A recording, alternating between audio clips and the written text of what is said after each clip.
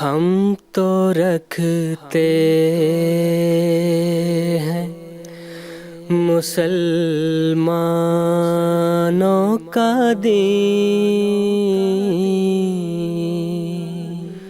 دل سے ہے خدا میں ختم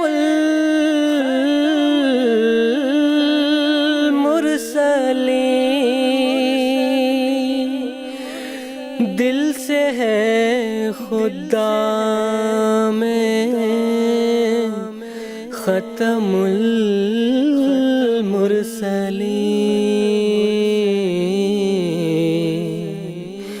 ختم المرسلین۔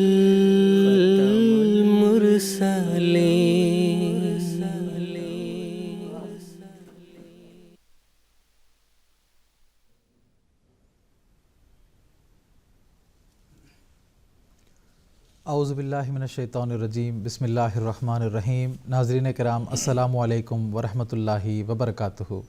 آج 13 فروری 2021 ہفتے کا دن ہے۔ انڈیا میں اس وقت رات کے 9:30 بجے ہیں اور جی ایم ٹی کے مطابق اس وقت سحر کے 4 بجے ہیں۔ اور ناظرین، یہ وقت ہے پروگرام راہ ہدیٰ کا۔ قادیان دارالایمان سے پروگرام راہ ہدیٰ کی ایک نئی سیریز لے کر اس وقت ہم آپ کی خدمت میں حاضر ہیں۔ جیسا کہ ہمارے ریگولر ویورز جانتے ہیں کہ پروگرام راہ ہدیٰ کے 4 ایپیسوڈز پر مشتمل سیریز ہم قادیان دارالایمان سے بھی آپ کی خدمت میں پیش کرتے ہیں، اور قادیان سے نشر ہونے والے ایپیسوڈز بھی حسب معمول لائیو نشر کیے جاتے ہیں۔ اور ہمارا یہ پروگرام انٹریکٹیو بھی ہوتا ہے، یعنی ہم کسی موضوع کے تحت اسٹوڈیو میں اپنے علماء کرام کے ساتھ گفتگو کرتے ہیں، اور اپنی گفتگو کے دوران ہمارے مشاہدین کو بھی اپنے ساتھ اس پروگرام میں شامل کرتے ہیں، اور ان کے ذہن میں جو مختلف سوالات اور استفسارات اٹھتے ہیں ان کو سنتے ہیں، اور اس پروگرام کے ذریعے سے ان کے جوابات بھی دینے کے حوالے سے ہم کوشش کرتے ہیں۔ ہمارے مشاہدین ٹیلی فون لائنز کے ذریعے سے ہمارے ساتھ بات کر سکتے ہیں اور اپنے سوالات ہم تک پہنچا سکتے ہیں۔ اس کے علاوہ ٹیکسٹ میسیجز، فیکس میسیجز اور ای میلز کی بھی سہولت موجود ہے، جس کے ذریعے سے آپ اپنے سوالات ہماری ٹیم تک پہنچا سکتے ہیں۔ تو ناظرین، آج کے ایپیسوڈ میں آپ ہمارے ساتھ رابطے میں جڑنا چاہتے ہیں تو میں امید کرتا ہوں کہ اس وقت آپ اپنے ٹیلی ویژن اسکرین پر ہم سے رابطے کی تفصیل کو ملاحظہ فرما رہے ہوں گے۔ ناظرین، قادیان دارالایمان سے جو سیریز اس وقت ہم آپ کی خدمت میں لے کر حاضر ہوئے ہیں، اس مکمل سیریز میں ہم انشاءاللہ العزیز قرآن مجید کی عظمت اور قرآن مجید خدا کا کلام ہے، اور قرآن مجید کے حقائق و معارف اور قرآن مجید کے حوالے سے جو مختلف اعتراضات کیے جاتے ہیں یا مختلف لوگ مختلف توہمات کے شکار ہیں، ان کے ازالے کے حوالے سے بھی اس موجودہ سیریز کے ذریعے سے ہم کوشش کریں گے۔ آج بھی ہم بات کریں گے کہ کس طرح قرآن مجید کا نزول ہوا اور کس طرح اس کی حفاظت کا انتظام کیا گیا، اور قرآن مجید کے حوالے سے مسلمانوں میں بھی کیا اعتقادی کمزوریاں پائی جاتی ہیں، اور جماعت احمدیہ کس طرح قرآن مجید کی شان و شوکت اور اس کی عظمت کو دنیا میں قائم کرنے کے لیے کوشش کر رہی ہے۔ اس حوالے سے آج کے ایپیسوڈ میں ہم انشاءاللہ العزیز گفتگو کریں گے۔ آج کے پروگرام میں شامل ہونے کے لیے جو علماء کرام اس وقت ہمارے ساتھ قادیان اسٹوڈیوز میں تشریف رکھتے ہیں، ان کا میں تعارف کروا دیتا ہوں۔ مکرم و محترم مولانا محمد حمید کوثر صاحب ہیں، اور ان کے ساتھ تشریف رکھتے ہیں مکرم و محترم مولانا زین الدین صاحب حامد۔ دونوں حضرات پروگرام راہ ہدیٰ کی قادیان سیریز کے ریگولر اور پرانے پینلسٹ ہیں۔ میں آپ دونوں حضرات کا پروگرام راہ ہدیٰ میں خیر مقدم کرتا ہوں۔ ناظرین کرام، خدا تعالیٰ نے بنی نوع انسان کی رشد و ہدایت اور اس کی رہنمائی کے لیے اور اس کی فلاح و بہبود کے لیے ہر زمانے میں اپنے مقدس فرستادوں کے ذریعے سے تعلیمات عطا فرمائی ہیں۔ نہ صرف ہر زمانے میں، بلکہ ایسے زمانے میں جب لوگوں کے باہمی روابط کا انتظام نہیں تھا، اس زمانے میں دنیا کے مختلف خطوں میں بھی اللہ تعالیٰ نے اپنی تعلیمات پہنچائی ہیں، اور بنی نوع انسان کی رہنمائی کرنے والے ارشادات بھی اللہ تعالیٰ نے اپنے نبیوں کے ذریعے سے، اوتاروں کے ذریعے سے پہنچائے ہیں۔ جیسے کہ ہم وید کی تعلیمات کو لے لیتے ہیں، یا انجیل کی تعلیمات ہیں، جس میں انسان کی رہنمائی کے لیے اور اس کی زندگی کو خوبصورت بنانے کے لیے اور اوامر و نواہی پر مشتمل تعلیمات اللہ تعالیٰ نے انسان کو عطا فرمائی ہیں۔ پھر جب ایک ایسا زمانہ آیا جب انسان کی ذہنی نشو و نما اور اس کی ذہنی ارتقاء اور انسان کی اپنی میچورٹی اس قابل ہو گئی کہ وہ ایک عالمگیر تعلیم کو اور تا قیامت قائم رہنے والی تعلیمات کو قبول کر سکے، تو اس وقت اللہ تعالیٰ نے حضرت اقدس محمد مصطفیٰ صلی اللہ علیہ وسلم کے ذریعے سے قرآن مجید جیسی عظیم الشان کتاب بنی نوع انسان کو عطا فرمائی۔ اور اللہ تعالیٰ نے فرمایا کہ اس میں قائم رہنے والے احکامات ہیں کہ انسان ہر زمانے میں اس تعلیمات کے مطابق عمل کر سکتا ہے، اور چاہے انسان جس جگہ پر بھی قیام پذیر ہو وہاں پر بھی انسان قرآن مجید کی تعلیمات کو اپناتے ہوئے اس پر عمل کرتے ہوئے اپنی زندگی کو بہتر بنا سکتا ہے اور اپنی زندگی کو سنوار سکتا ہے۔ چونکہ اللہ تعالیٰ نے ایک عالمگیر تعلیم بنی نوع انسان کے لیے عطا فرمائی قرآن مجید کی شکل میں، چنانچہ اللہ تعالیٰ نے خود اس عالمگیر تعلیم کی حفاظت کی ذمہ داری اپنے ہاتھ پر اٹھائی، اور اللہ تعالیٰ نے فرمایا کہ میں خود اس کی حفاظت کروں گا اور اس عظیم الشان تعلیم کی حفاظت کے لیے مختلف انتظامات کروں گا۔ چنانچہ قرآن مجید کی عظیم الشان کتاب حضرت اقدس محمد مصطفیٰ صلی اللہ علیہ وسلم پر جس طرح نازل کی گئی، اسی شکل میں آج بھی اللہ تعالیٰ کے فضل سے محفوظ موجود ہے، اور ایک وسیع پیمانے میں دنیا اس کتاب سے فائدہ اٹھا رہی ہے، اور بنی نوع انسان اس سے محظوظ ہو رہا ہے اور اس کے فیوز و برکات سے فائدہ اٹھا رہا ہے۔ لیکن قرآن مجید میں ہی یہ بھی پیش گوئی تھی کہ ایک زمانہ آئے گا کہ لوگ قرآن مجید کی تعلیمات کو بھلا بیٹھیں گے، تو اس کے لیے اللہ تعالیٰ نے حضرت اقدس محمد مصطفیٰ صلی اللہ علیہ وسلم کو یہ خوشخبری عطا فرمائی کہ جب ایسا زمانہ ہوگا تو مایوس نہ ہونا، لیکن اللہ تعالیٰ اپنی جناب سے ایک مصلح کو اس دنیا میں مبعوث کرے گا جو آ کر ایک مرتبہ پھر قرآن مجید کی حقیقی تعلیمات سے دنیا کو روشناس کرائے گا، اور قرآن مجید کی جو عظمت ہے اور شان و شوکت ہے اس کو ایک مرتبہ پھر دنیا میں قائم کرے گا۔ چنانچہ جماعت احمدیہ کے عقیدے کے مطابق حضرت مرزا غلام احمد صاحب قادیانی علیہ السلام جو قادیان پنجاب میں پیدا ہوئے، وہ مقدس وجود ہیں جن کی پیش گوئی حضرت اقدس محمد مصطفیٰ صلی اللہ علیہ وسلم نے عطا فرمائی تھی کہ اس زمانے میں مسیح موعود و مہدی موعود کے طور پر ایک شخص کو اللہ تعالیٰ کی طرف سے مبعوث کیا جائے گا جو قرآن مجید اور اللہ تعالیٰ کی جو تعلیمات ہیں اس کے احیاء کے حوالے سے عظیم الشان کارنامہ سر انجام دے گا۔ تو ناظرین، آج جب ہم حضرت اقدس مسیح موعود علیہ السلام کی تعلیمات کو دیکھتے ہیں اور جس انداز میں حضرت اقدس مسیح موعود علیہ السلام نے قرآن مجید کے حقائق و معارف کو کھول کھول کر دنیا کے سامنے بیان کیے ہیں، تو اس سے ہمیں واضح طور پر پتہ لگ جاتا ہے کہ قرآن مجید ایک ایسی کتاب ہے جو اللہ تعالیٰ کی طرف سے عطا کی گئی ہے، اور اگر ہم قرآن مجید کی تعلیمات پر کاربند ہوتے ہیں تو یقیناً ہماری زندگی بہتر ہو سکتی ہے، اور جس مقصد کے لیے خدا تعالیٰ نے انسان کو پیدا کیا ہے اس مقصد کو حاصل کرنے کے لیے بجز قرآن مجید کی پیروی کے اور کوئی راستہ ابھی باقی نہیں رہتا ہے۔ اس مختصر سی تمہید کے بعد ایک مرتبہ پھر میں اپنے ناظرین کو یاد دلانا چاہوں گا کہ قرآن مجید کے حوالے سے ہم بات کریں گے، اس کی تعلیمات، اس کی برکات اور قرآن مجید کی عظمت اور شان و شوکت کے تعلق سے بات کریں گے۔ اگر آپ کے ذہن میں قرآن مجید کے حوالے سے کوئی بھی سوال ہے تو بلا جھجک ہمیں ٹیلی فون کریں، ہمارے ٹیلی فون لائنس آپ کے لیے ایکٹیویٹڈ ہیں، تو میں امید کرتا ہوں کہ ہمارے ناظرین اس پروگرام سے فائدہ بھی اٹھائیں گے، اور جو بھی ان کے استفسارات ہیں وہ بھی ہمیں پیش کریں گے، تو ہمیں بڑی خوشی ہوگی آپ کے سوالات کے جوابات اس پروگرام کے ذریعے سے آپ کی خدمت میں پیش کرنے میں۔ اس مختصر سی تمہید کے بعد میں آج ہمارے ایپیسوڈ میں گفتگو کا آغاز محترم مولانا محمد حمید کوثر صاحب سے کرنا چاہتا ہوں کہ قرآن مجید کے بارے میں عام طور پر یہ اعتراض کیا جاتا ہے کہ نعوذ باللہ یہ محض حضرت محمد مصطفیٰ صلی اللہ علیہ وسلم کی منہ کی ہی باتیں ہیں، یہ اللہ تعالیٰ کا کلام نہیں ہے۔ لیکن جب ایک انسان قرآن مجید کو پڑھتا ہے اور اس کے معانی پر غور کرتا ہے اور حقائق و معارف کو جاننے کی کوشش کرتا ہے، تو اس اقرار کے بغیر اور کوئی چیز باقی نہیں رہتی ہی کہ اس کے ضمیر سے یہ آواز اٹھتی ہے کہ یہ ایک ایسا کلام ہے جو خدا تعالیٰ کی طرف سے عطا کردہ کلام ہے۔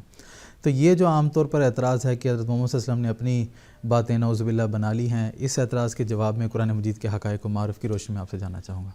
ناظرین کرام، کم و بیش آج سے 1400 سال پہلے قرآن مجید کا نزول 20 اگست 610 کو شروع ہوا، ایک اندازے اور تقدیر کے مطابق۔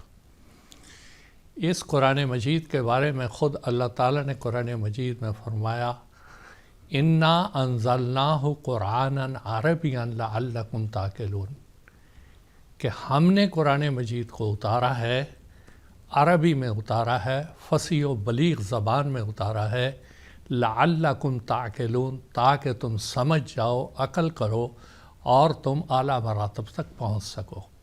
اس میں لفظ انا انزلناہ، ہم نے اتارا ہے، یہ حضرت محمد صلی اللہ علیہ وسلم کا کلام نہیں ہے۔ پھر اس کے ساتھ ہی اللہ تعالیٰ نے ایک بات اور بتائی کہ انا نحن نزلنا الذکر و انا لہ لحافظون، کہ ہم نے ہی اتارا ہے اور اب تک ہم ہی اس کی حفاظت کریں گے۔ قرآن مجید کے بہت سے نام آئے ہیں، ان میں سے ایک نام اس کا قرآن ہے۔ قرآن کا مطلب ہے قرأ، سب سے زیادہ پڑھی جانے والی کتاب۔ پھر اس کا نام ہے الکتاب، یعنی یہ لکھی جانے والی کتاب بھی ہے۔ حضرت صاحبزادہ مرزا بشیر احمد صاحب رضی اللہ تعالیٰ عنہ کی تحقیق کے مطابق، جو آپ نے سیرت خاتم النبیین میں درج فرمائی، قرآن مجید کے الفاظ 77,934 ہیں۔ جو نزول کا پورا زمانہ ہے وہ 23 برس ہے، جس کے ایام 7,970 بنتے ہیں، یعنی اوسطاً 9 لفظ قرآن مجید کے رسول کریم صلی اللہ علیہ وسلم پر نازل ہوتے تھے، اور وہ جو دونوں اس کے نام ہیں، قرآن کہ وہ پڑھی جانے والی کتاب ہے، حضور وہ الفاظ اپنے صحابہ کو یاد کرواتے جاتے تھے ساتھ ساتھ، کتاب رسول کریم صلی اللہ علیہ وسلم ساتھ ساتھ اس کو لکھواتے چلے جاتے تھے۔ قرآن بھی اسی وقت سے قرأ یقرأ سے یہ مسلسل یاد کیا جاتا رہا اور اس کو ساتھ ساتھ لکھا جاتا رہا۔ اب سیدھی سی بات جو آپ فرما رہے ہیں اعتراض، اللہ تعالیٰ نے خود اس کا جواب دیا۔ جب یہ نازل ہو رہا تھا اس وقت ہی یہ سوال پیدا ہوا تھا، تو اللہ تعالیٰ نے قرآن مجید میں فرمایا ام یقولون افتراہ قل فاتوا بعشر صور مثلہ مفتریات، کہ اگر تم یہ سمجھتے ہو کہ یہ افتراء ہے، افتراء اس نے جھوٹ مان لیا محمد صلی اللہ علیہ وسلم نے، ہم تمہیں چیلنج کرتے ہیں، ہماری طرف سے یہ تحدی ہے کہ قرآن مجید کی کوئی 10 صورتیں تم کسی جگہ سے انتخاب کر لو، اس جیسی صورتیں لے آؤ، یعنی تعلیم کے اعتبار سے، فصاحت و بلاغت کے اعتبار سے، طہارت کے اعتبار سے، ایجاز، اختصار اور تفصیل کے لحاظ سے، تم کہیں سے وہ 10 صورتیں لے لو اور اس جیسی لے آؤ، ہم سمجھ لیں گے کہ یہ انسان کی استطاعت میں ہے لکھنا، اور تم لکھ کے بتا دو تاکہ یہ بات ثابت ہو جائے۔ ایک دوسرا قرآن مجید نے ایک بات دوسری دہرائی، فرمایا ان کنتم فی ریب مما نزلنا علی عبدنا فاتوا بسورۃ مثلہ، کہ اگر تم کو شک ہے کہ یہ جو قرآن ہے، یہ جو ہم نے اتارا ہے، اس میں تمہیں شک اور شبہ ہے، تو ہم ایک طریقہ بتاتے ہیں۔ سورہ بقرہ میں یہ آیت نازل ہے، تم اس جیسی صورت بنا کے لے آؤ، تب بھی ہم سمجھ لیں گے کہ جو تم کہہ رہے ہو وہ درست ہے، اور قرآن مجید کا یہ جو افتراء کا تمہارا الزام ہے اس کا ہم اقرار کر لیں گے۔ یہ 2 باتیں ہو گئیں۔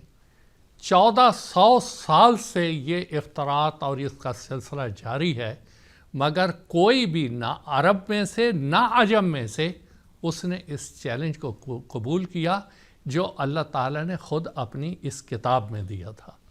پس ثابت ہوا کہ جو یہ الزام لگایا جاتا ہے کہ یہ رسول کے وسلم کا خود ساختہ کلام ہے اور آپ نے خود بنا لیا ہے، بالکل جھوٹ ہے۔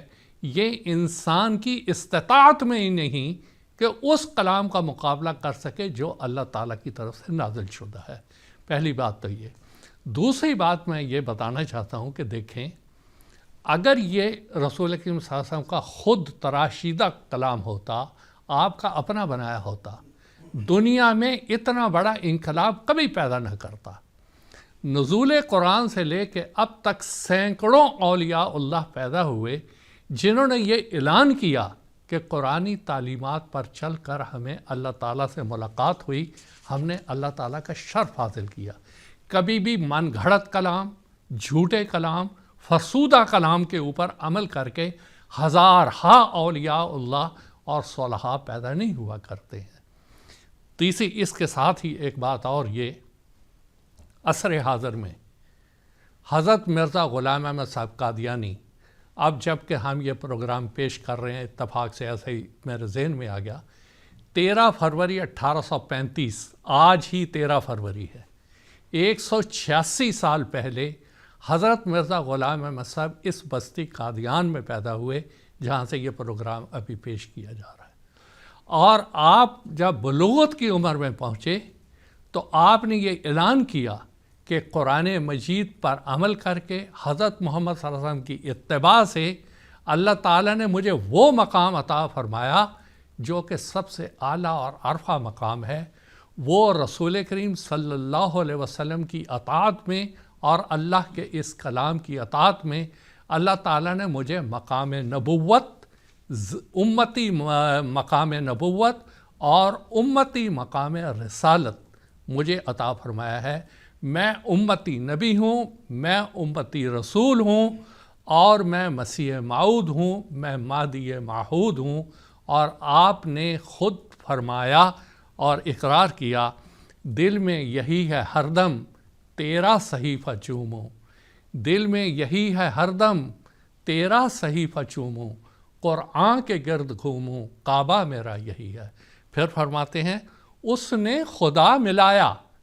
یہ قرآن مجید جس کے بارے میں یہ لوگ کہتے ہیں کہ یہ من گھڑت اور خود ساختہ کلام ہے، حضرت مسیح موعود علیہ السلام اپنے تجربے سے کہہ رہے ہیں اس نے خدا ملایا، وہ یار اس سے پایا، وہ خدا ہم نے اس قرآن کے ذریعہ سے اور محمد صلی اللہ علیہ وسلم کی اتباع کے ذریعے سے ہم نے وہ خدا پایا، وہ یار اس نے پایا، اس نے ملایا ہم کو اس یار کے ساتھ، اور ہمیں کسی ذریعہ سے نہیں ملا۔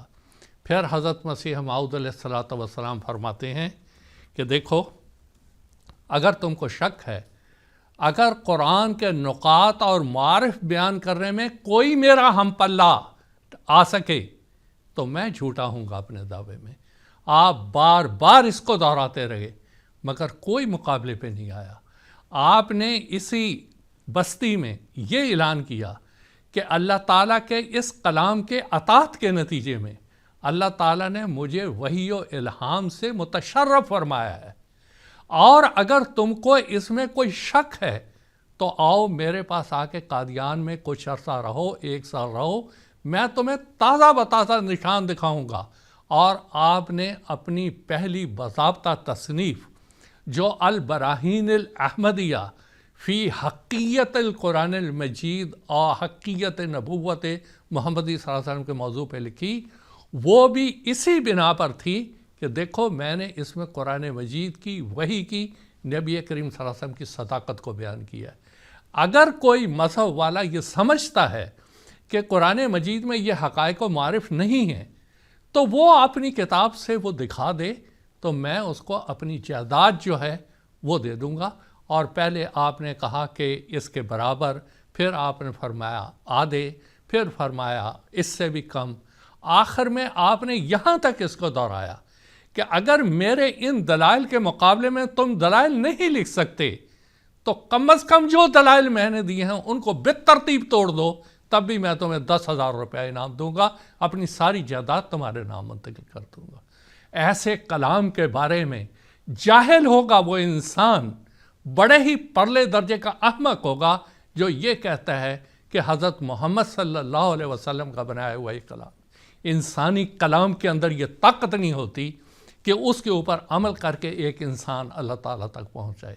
اتنا ہی نہیں، سیدنا حضرت مسیح صاحب نے اپنی کتاب کشتی نوح میں فرمایا کہ قرآن مجید 1 ہفتے میں ایک انسان کو پاک کر سکتا ہے اگر اس میں صوری اور معنوی اعراض نہ ہو۔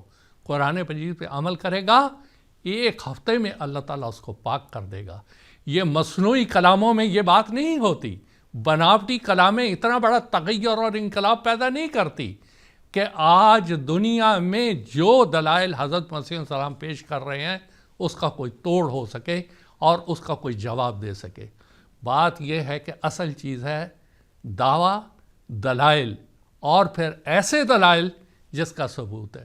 مثال کے طور پہ اسی قادیان میں سینکڑوں صحابہ حضرت مسیح علیہ السلام کے زمانے میں اب تک یہاں آتے رہے، اور جو حضرت مسیح علیہ السلام کی صحبت میں رہے، ایک تو علوم انہوں نے حضرت مسیح موعود علیہ السلام سے قرآن مجید کی تفاسیر اور مفاہیم سیکھی، اور کچھ حضرت مسیح موعود علیہ السلام کی صحبت کے نتیجے میں اللہ تعالیٰ نے ان کو سکھائیں۔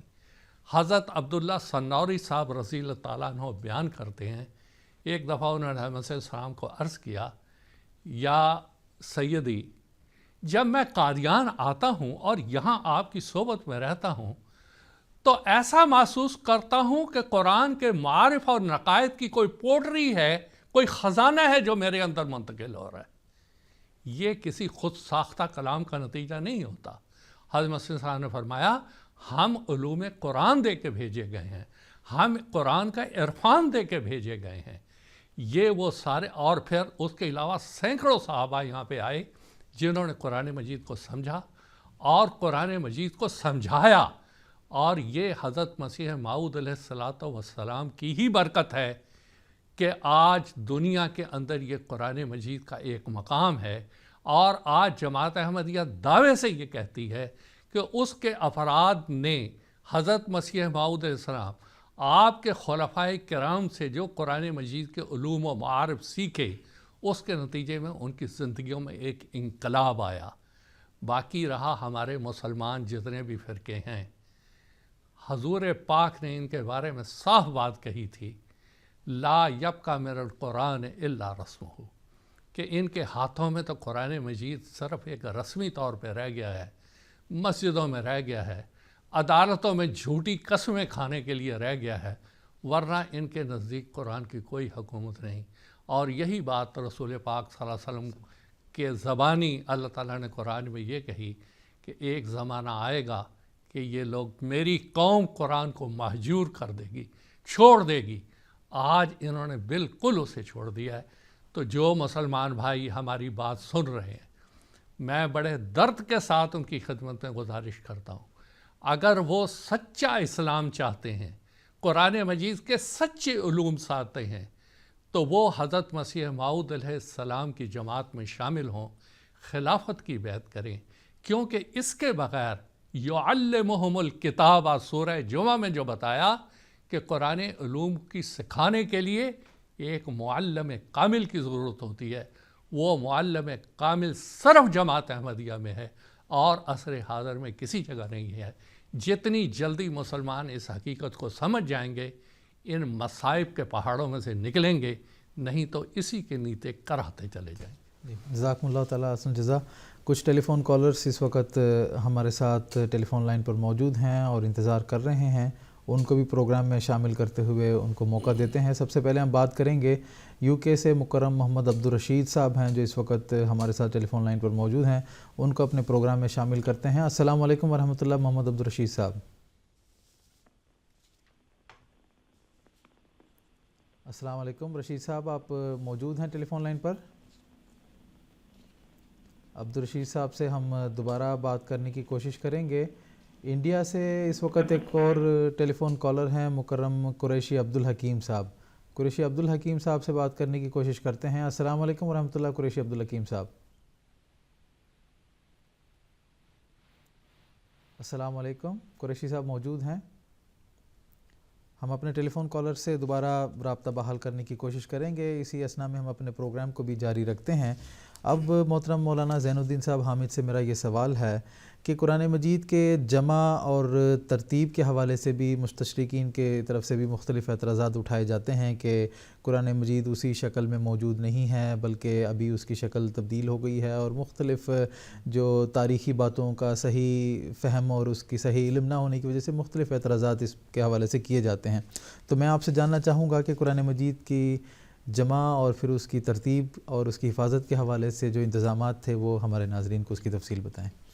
شکریہ طارق صاحب، بسم اللہ الرحمن الرحیم۔ جیسا کہ آپ نے اپنے تعارفی کلمات میں بھی آپ نے فرمایا تھا کہ یہ اللہ تعالیٰ کی سنت ہے کہ اللہ تعالیٰ ہمیشہ بنی نوع انسان کے رشد و ہدایت کے لیے انبیاء مبعوث فرماتا ہے۔ تاریخی مذاہب سے بھی اس کا ثبوت ملتا ہے، اور قرآن مجید نے اس حقیقت کو بیان فرمایا ہے۔ بارہا قرآن کریم کی متعدد آیات میں اس حقیقت پر روشنی ڈالی گئی ہے کہ اللہ تعالیٰ ہر زمانے میں، ہر قوم میں، ہر علاقے میں اپنی طرف سے نبی مبعوث فرماتا رہا ہے، اور ان سب انبیاء علیہ السلام مختص القوم اور مختص الزمان تھے، یعنی اپنے اپنی قوم کے لیے، اپنے اپنے زمانے کے لیے مبعوث ہوتے رہے ہیں۔ اس لیے ان کو جو تعلیمات دی گئی ہے، ان کو جو کتابیں دی گئی، وہ ساری کتابیں اپنے اپنے وقت کے لحاظ سے اپنی اپنی ضرورت کے لیے تھی. اس لیے اللہ تعالیٰ نے ان کتابوں کی حفاظت کا کوئی وعدہ نہیں فرمایا. وہ ساری کتابیں محرف و مبدل تحریف اور تبدیلی کے شکار ہوگی. تو آج دنیا میں کوئی ایسا مذہب نہیں ہے جو دعویٰ کرتا ہو کہ ان کو جو کتابیں دی گئی ہیں وہ اپنی اصلی شکل میں محفوظ ہے. لیکن اللہ تعالیٰ کے فضل سے قرآن مجید دشمن دوست اور دشمن سب یکساں مترف ہے. قرآن مجید جس طریقے سے نازل ہوا ہے ویسے ہی آج بھی قائم ہے، ہمیشہ قائم رہے گا. کہ شدید ترین دشمن بھی کہ جو اگر اسلامی تعلیمات کے خلاف بات کرتے ہیں، لیکن اس بات کے معترف ضرور ہے کہ جس طرح حضرت اقدس محمد مصطفیٰ صلی اللہ علیہ وسلم پر جس شکل میں قرآن مجید نازل ہوا ہے وہ شکل میں آج بھی موجود ہے. اس کا ہرگز یہ مطلب نہیں وہ سابقہ کتابیں اللہ تعالیٰ کی طرف سے نہیں تھی، بلکہ ضرور خدا کی طرف سے ہی تھی. لیکن قرآن مجید کی حفاظت کا کیوں وعدہ کیا گیا؟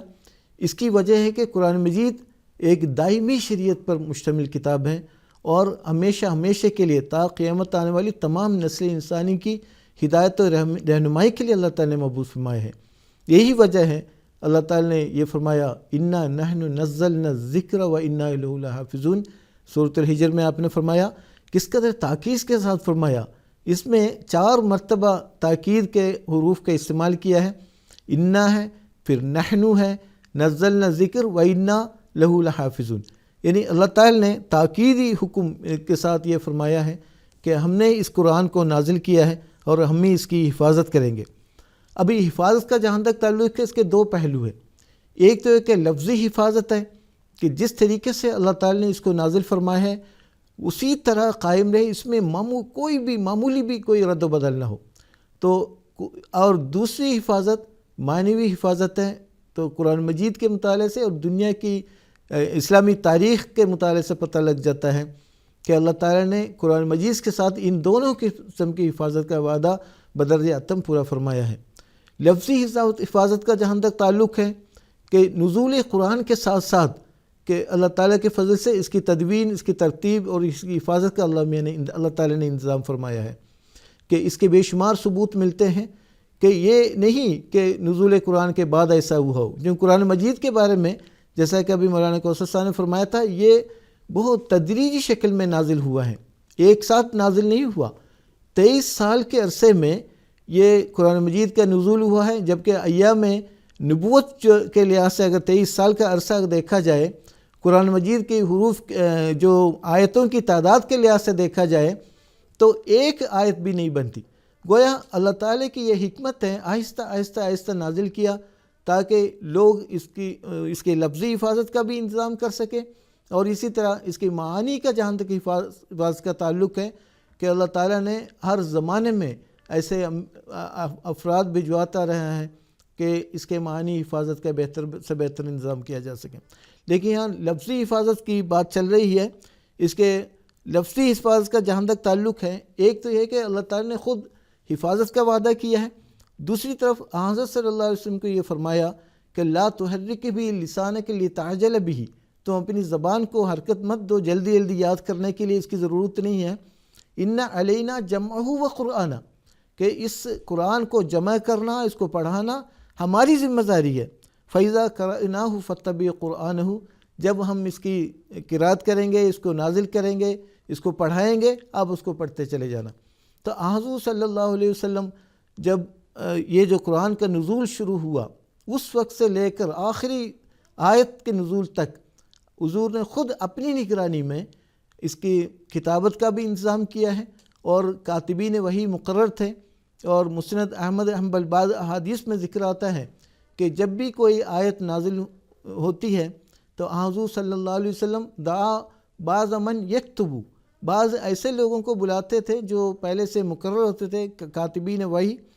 تو اس میں تاریخ میں آتا ہے کہ اس میں 40 افراد کاتبین کے طور پر مقرر ہو چکے تھے حضور صلی اللہ علیہ وسلم کی طرف سے. اس میں حضرت ابو بکر صدیق رضی اللہ عنہ، حضرت عمر، حضرت عثمان، حضرت علی اور اسی طرح بعض اور صحابہ کرام، یعنی 40 کی تعداد میں لوگ.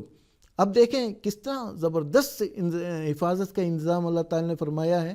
ایک ایک لفظ ایک ایک آیت حضور صلی اللہ علیہ وسلم اپنی نگرانی میں آپ کاتبین وحی کو لکھاتے تھے، پھر سنتے تھے، اس کی اصلاح فرماتے تھے. اور اسی طرح چونکہ ایک ساتھ نازل نہیں ہوا، اس زمانے کے کفار بھی یہ اعتراض کرتے تھے. وقال الذین کفروا لولا نزل ھذا القرآن جملۃ واحدہ، کہ کفار کا یہ اعتراض تھا کہ قرآن مجید اکٹھے کیوں نہیں نازل ہوا. اگر یہ واقعی تمہارا یہ دعویٰ ہے، یہ خدا کی طرف سے ہے، تو کلام اکٹھے کیوں نہیں نازل ہوا. تو اللہ تعالیٰ نے اس کا کیا جواب دیا؟ اس کی بے شمار حکمتیں ہیں. فرمایا کذالک، ہاں ایسے ہی ہے، آہستہ ایسے ہی نازل ہوا ہے، آیت آیت کر کے نازل ہوا ہے. اور کس لیے؟ لنثبت فی فؤادک، تاکہ تمہارے دل کو ثبات بخشے. اور ورتلناہ ترتیلا، اس کو ہم نے بہت ہی سلیس اور آسان بنایا ہے.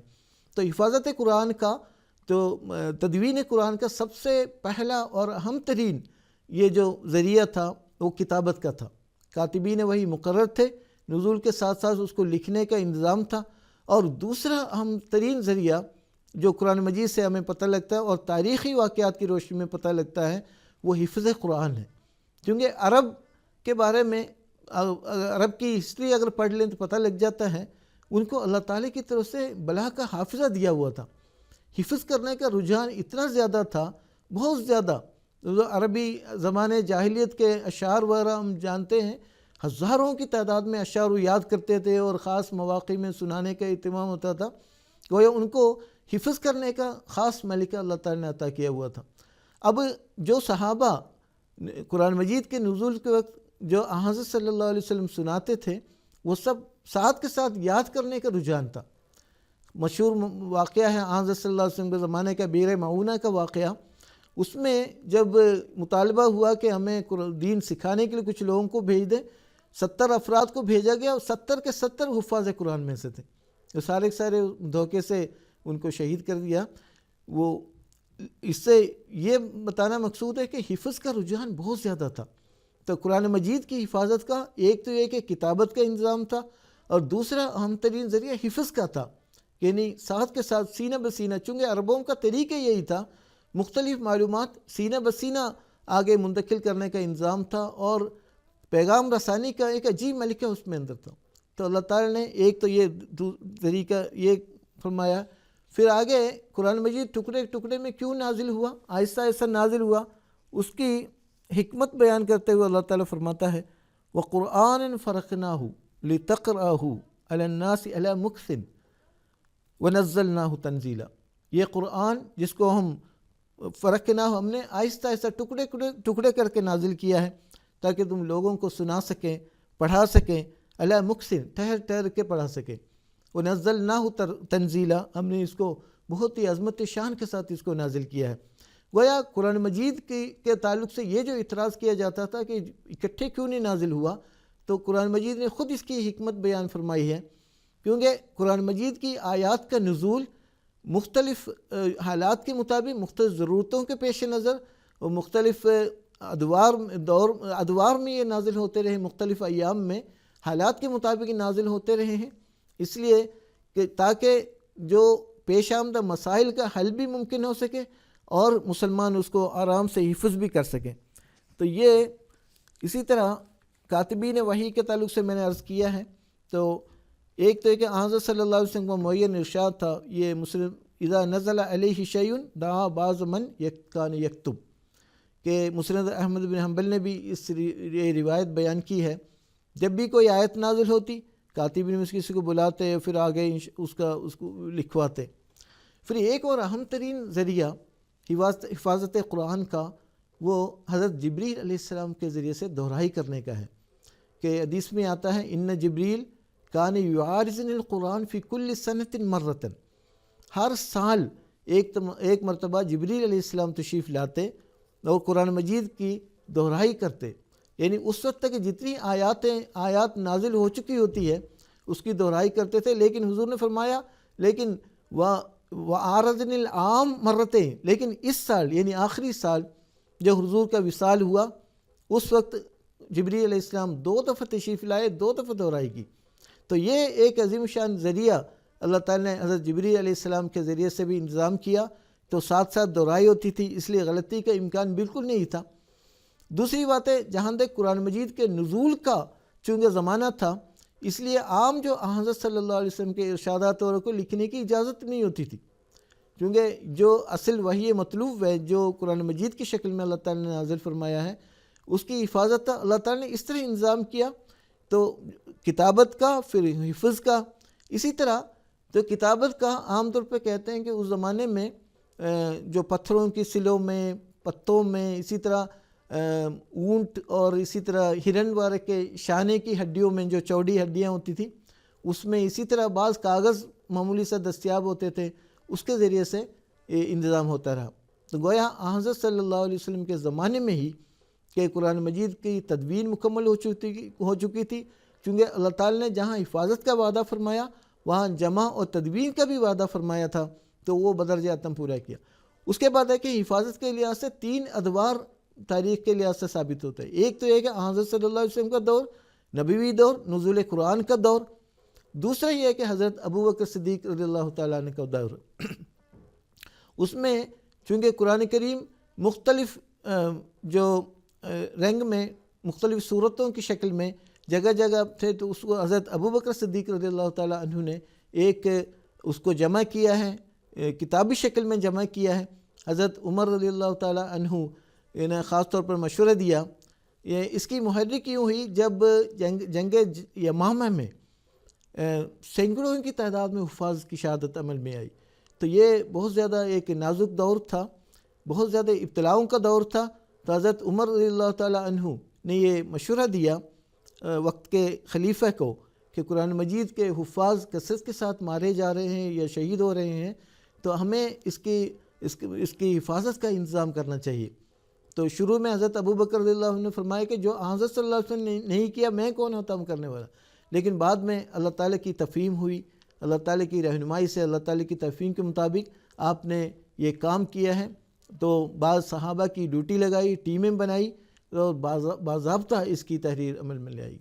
تو بعد میں خلافت ثالثہ میں مصطفی کی شکل میں اس کو ترتیب دیا گیا اور مختلف قراتوں کو یکجا کر کے تو وہ ایک قرات میں تو اس کی تدوین مکمل کر لی گئی ہے۔ تو گویا الغرض قرآن مجید کا جتنے بھی اب احتیاط کے ساتھ، کیونکہ صحابہ دیانت و امانت داری کے لحاظ سے بہت اعلیٰ مقام پر فائز تھے، اس لیے انہوں نے بڑی احتیاط کے ساتھ اس امانت کو، کیونکہ تمام بنی نوع انسان کی ہدایت کے لیے اور قیامت تک آنے والی تمام نسل انسان کی ہدایت کے لیے قرآن مجید نازل ہوا ہے، اس لیے اس کے اللہ تعالیٰ کے وعدے کے مطابق اس کی حفاظت کا بھی شاندار انتظام کیا ہے۔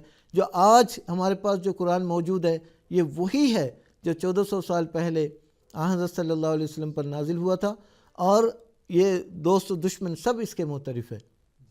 اللہ تعالیٰ سے جزا۔ قریشی عبدالحکیم صاحب کے ساتھ دوبارہ ہمارا رابطہ ہوا ہے، ان سے بات کرنے کی کوشش کرتے ہیں۔ السلام علیکم ورحمۃ اللہ۔ قریشی عبدالحکیم صاحب۔ وعلیکم السلام۔ محترم صدر صاحب، میری گزارش یہ ہے، قرآن مجید میں اللہ تعالیٰ بار بار فرماتا ہے ان اللہ علی کل شیء قدیر، یعنی خدا تعالیٰ ہر چیز پر قادر ہے۔ وہ ایک چھوٹی سی بیج کے ذریعے ایک تناور درخت پیدا کر سکتا ہے، تو یہ غیر احمدی عالم کہتے ہیں خدا تعالیٰ کیوں نہیں حضرت عیسیٰ علیہ السلام کو آسمان پر سجدے انصری بٹھا سکتا ہے؟ ٹھیک ہے جناب، جزاکم اللہ، شکریہ۔ محترم مولانا محمد حمید کوثر صاحب سے درخواست۔ اللہ تعالیٰ تو سب کچھ کر سکتا ہے، لیکن سوال یہاں پر یہ ہے کیا اس نے کیا؟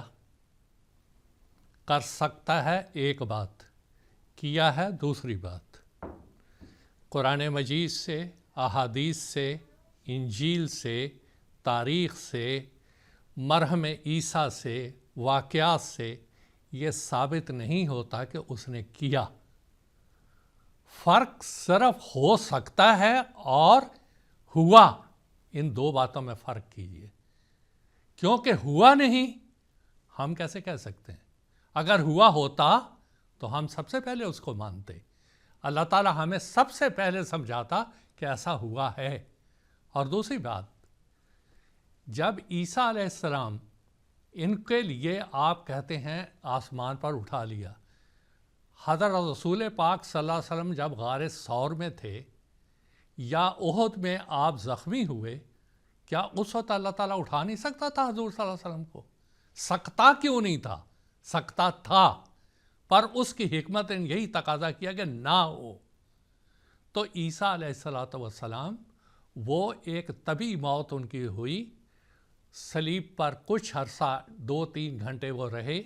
اس زمانے کی صلیب اس قسم کی نہیں تھی جیسے موجودہ زمانے کی پھانسی. وہ اتارے گئے. ایک نے بھالا مارا, ان کے جسم سے بہتا ہوا خون اور پانی نکلا.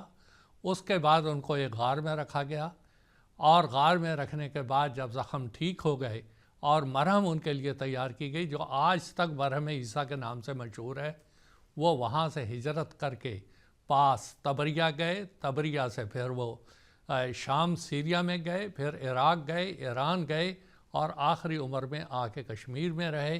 اور اللہ پاک کا کلام وہ ثابت ہوا, وَآوَيْنَهُمَا إِلَىٰ رَبْوَةٍ ذَاتِ قَرَارٍ وَمَعِينٍ, کہ ہم نے ان کو ایک نشان بنایا ہے اور ان دونوں کو ہم نے ایک اونچے ٹیلے پہ بنا دی. اور ربوہ کا صحیح مفہوم وہ جگہ ہے سری نگر کی جہاں عیسیٰ علیہ السلام کی قبر ہے. اس سے پیچھے ویری ناگ کا اتنا عظیم اتنا بڑا چشمہ ہے کہ اس سے دریائے ویتھ اور جیلم نکلتا ہے. اور یہ قرآن مجید کی تفسیر کے بالکل عین مطابق ہے. تو وہ بات نہ کہیں جو اللہ نے کی نہیں, وہ کہیں اور غیر احمدی بھائیوں کو بھی سمجھائیں جو اللہ نے کی ہے. حسن جزا. عبدالرشید صاحب کا سوال بھی آف لائن ہمیں موصول ہوا ہے, محترم مولانا زین الدین صاحب حامد سے میں لینا چاہوں گا. وہ یہ پوچھ رہے ہیں کہ قرآن مجید میں حضور صلی اللہ علیہ وسلم کو ہی صرف اول المسلمین اور اول العابدین کیوں کہا جاتا ہے, حضرت آدم یا حضرت ابراہیم کو کیوں نہیں کہا جاتا؟ اس کا میں آپ سے جواب جاننا چاہوں گا. جس طرح آپ نے اپنے تعارفی کلام میں بتایا تھا کہ اللہ تعالیٰ کی طرف سے ہر قوم میں ہر علاقے میں نبی مبعوث ہوتے رہے ہیں, اور اس زمانے کے لحاظ سے تعلیمات بھی ان کو ملتی رہی ہے. تو وہ سب سے پہلا جو مخاطب ہے وہ تو وہ نبی ہوتا ہے جن پر وہ تعلیمات نازل کی جاتی ہیں.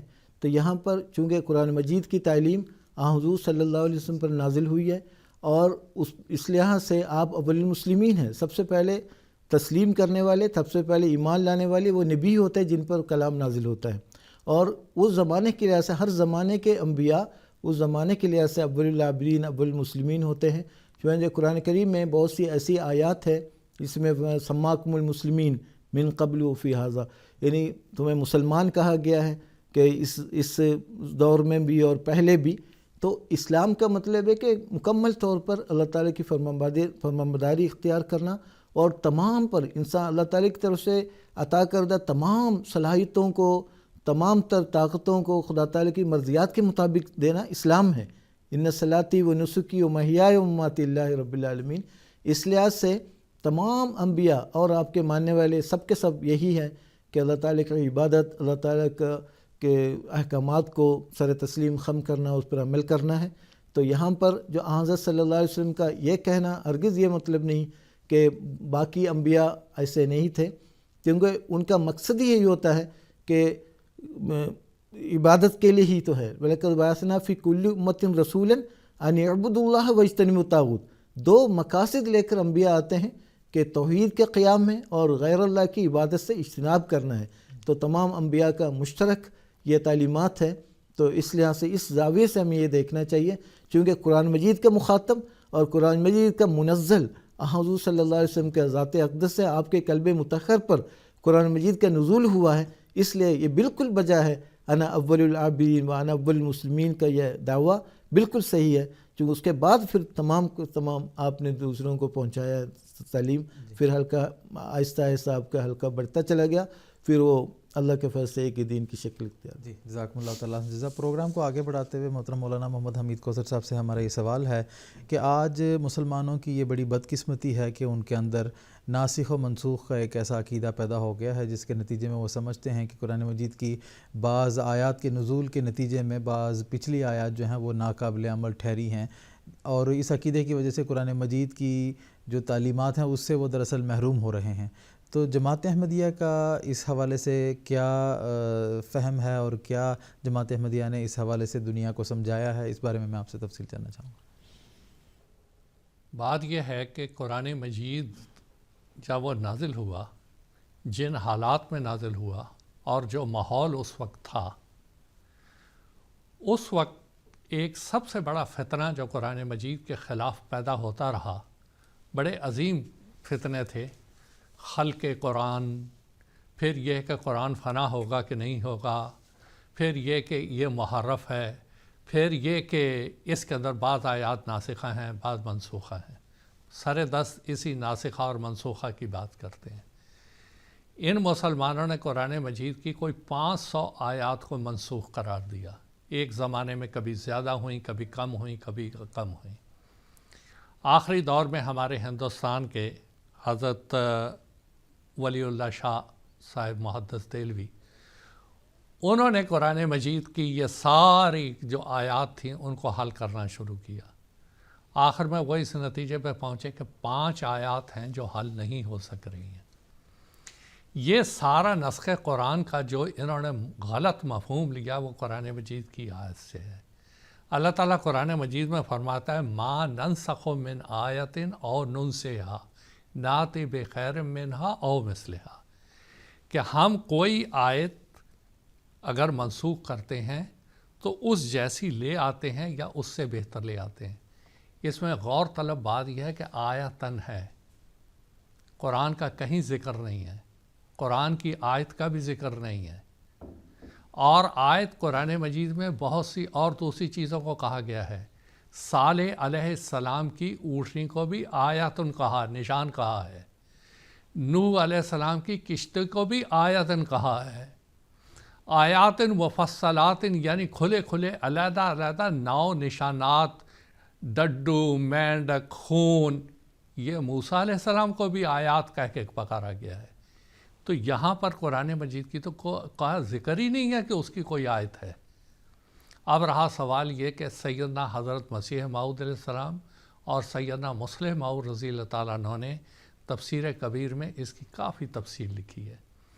اب جو بات اس کے اندر ہے، ایک بات سب سے بنیادی یہ یاد رکھنے کے قابل ہے کہ الف لام میم ذالک الکتاب لا ریب فیہ، اللہ تعالیٰ نے شروع میں ہی یہ بات کہہ دی کہ یہ وہ کتاب ہے لا ریب فیہ، اس میں کسی قسم کا شک نہیں ہے، اور اس کا جو مقصد ہے ہدن للمتقین، متقیوں کے لیے ہدایت ہے، اور اتقاء کے مقام پر ترقی سے ترقی دینے والی یہ کتاب ہے۔ اگر ہم اس میں ناسخ اور منسوخ مانتے ہیں، ہم اللہ تعالیٰ کے اس فرمان کے بالکل خلاف کریں گے کہ ہم تو اس میں شک داخل کر لیں گے۔ کون سی آیت ناسخ ہے تو کون سی آیت منسوخ ہے، اس کا فیصلہ کون کرے گا؟ اور دوسری بات یہ ہے کہ یہ آئی بات یہودیوں اور عیسائیوں کی طرف سے۔ انہوں نے کیا کیا؟ انہوں نے کہا ہماری کتاب تو محرف و مبدل ہے، کیوں نہ یہ شکوک ان میں داخل کیے جائیں؟ اور وہ باتیں ان سے متاثر ہو کے مسلمان مفسرین نے بعض نے اور بعض انہوں نے مستشرقین نے یہ وسوسہ پیدا کرنا شروع کیا۔ اب جو یہ آیت ہے جس کو عام طور پہ یہ پیش کرتے ہیں ناسخ و منسوخ کے لیے، آپ یہ دیکھیں کہ اس کے سیاق و سباق کو سارے کو لے لیں، یہاں پر یہود کا اور بنی اسرائیل کے ایک پورے حالات کا ذکر ہے، اور اس کے بعد تورات میں یہ وعدہ دیا گیا تھا کہ ایک آتشی شریعت یعنی جلالی شریعت ملے گی، اور اللہ نے فرمایا ایک نیا عہد باندھوں گا۔ یہاں پر آیت سے مراد الرسالتو یعنی ایسی شریعت جو پہلے چلے آ رہی تھی، اس میں سے کچھ حصے قرآن مجید نے اخذ کر لیے۔ فیہ صحف ابراہیم و موسیٰ، موسیٰ علیہ السلام کے صحیفے بھی ہیں اور ابراہیم علیہ السلام کی ہیں۔ جو تعلیمات رکھنے کے قابل تھیں وہ قرآن مجید میں آئیں، جو قرآن تعلیمات مرور وقت کے ساتھ اس زمانے سے مختص تھیں اس کو چھوڑ دیا گیا۔ یہ اس آیت کے اندر ذکر کیا گیا ہے، اس کے علاوہ اور کچھ نہیں۔ اس وقت جب کہ ہم اس دور میں سے گزر رہے ہیں، میں اپنے مسلمان بھائیوں کو بڑے درد سے پھر یہ نصیحت کرتا ہوں کہ دیکھیں قرآن مجید کے اوپر غور کریں۔ اگر اس الجھن اور پیچیدگیوں سے نکلنا ہے تو قرآن مجید پہ غور کریں۔ اللہ تعالیٰ سورہ جمعہ میں فرماتا ہے هو الذی بعث فی الامیین رسولا منہم یتلو علیہم آیاتہ، آیات کا پڑھنا رسول کا کام ہے، اس کو سمجھانا، یزکیہم و یعلمہم الکتاب، معلم رسول ہوتا ہے جو کہ آیات کو سکھاتا ہے۔ وہ الہی تفہیم کے مطابق سکھاتا ہے۔ آج اگر خود ساختہ تفاسیر سے ہی قرآن کو سمجھنا اور سمجھانا ہے، اس کا نتیجہ سوائے اس کے کچھ نہیں نکلے گا جو نسخ، زیغ اور نت نئی ایک تفسیر اس عالم کی اس سے نہیں ملتی، اس کی اس سے نہیں ملتی، اس کی اس سے نہیں ملتی۔ قرآن اس لیے تو نہیں آیا تھا، قرآن مجید تو اتقاء کے اعلیٰ مقام تک پہنچانے کے لیے آیا تھا۔